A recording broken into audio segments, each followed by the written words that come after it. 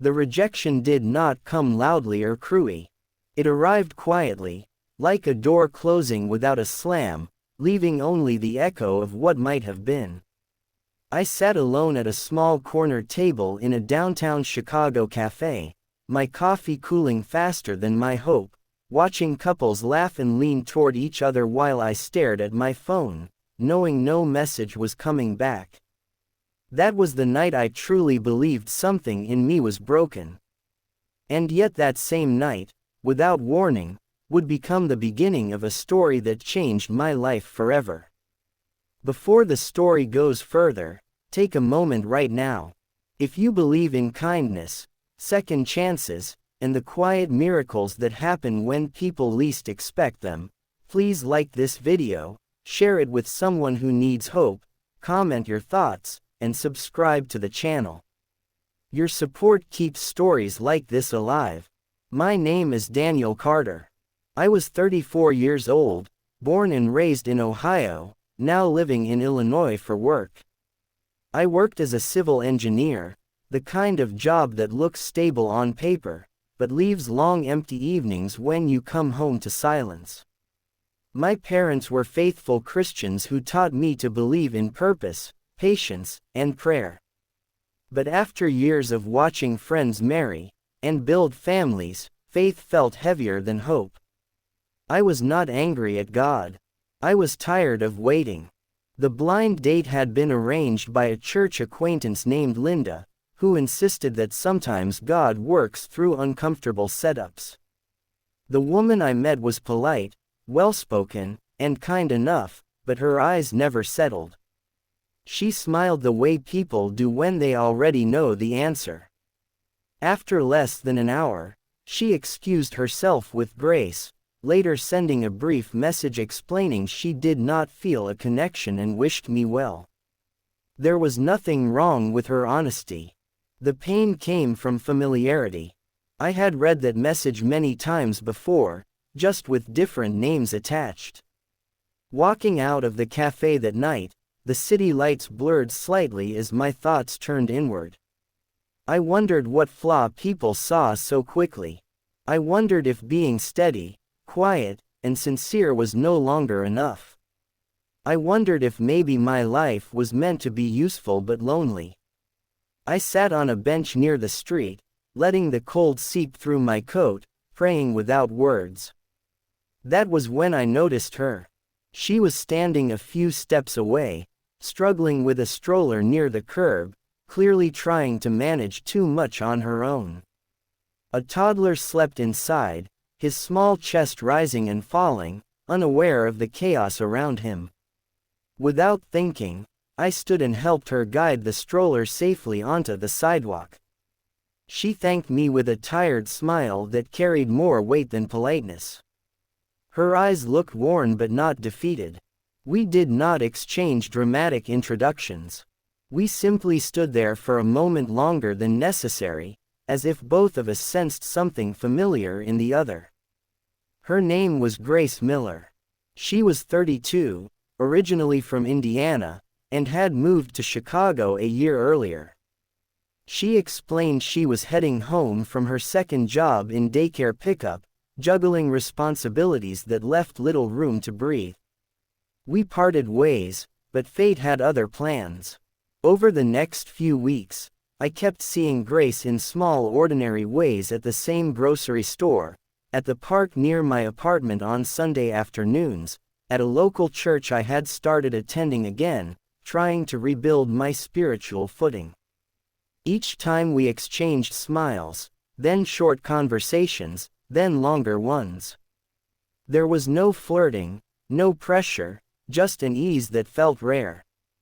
Grace's life had not unfolded gently. She had married young to a man she believed would grow into responsibility and faith. Instead, he grew distant, then absent, then gone. She was left raising her son Noah on her own, balancing faith with fear, love with exhaustion.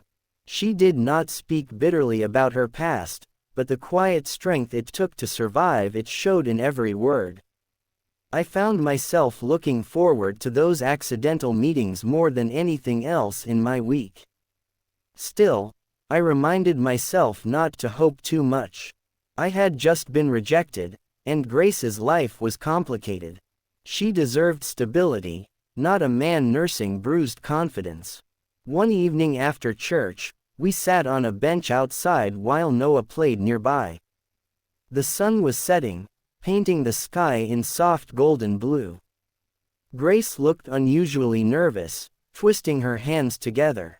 She told me she had been praying for weeks, asking God for clarity, for courage, for an answer she did not fully understand yet. Then she said something that stopped time. She explained that she was not asking for romance or fairy tales.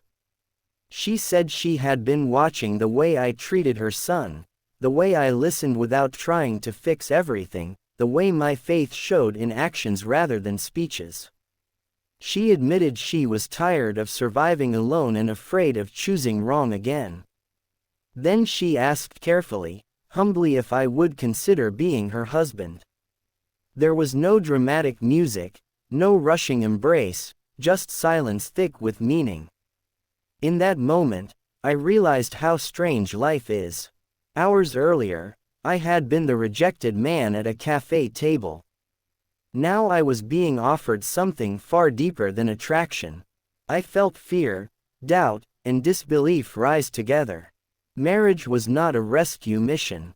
Love required more than kindness. But I also felt peace, the kind that settles rather than excites. I did not answer immediately.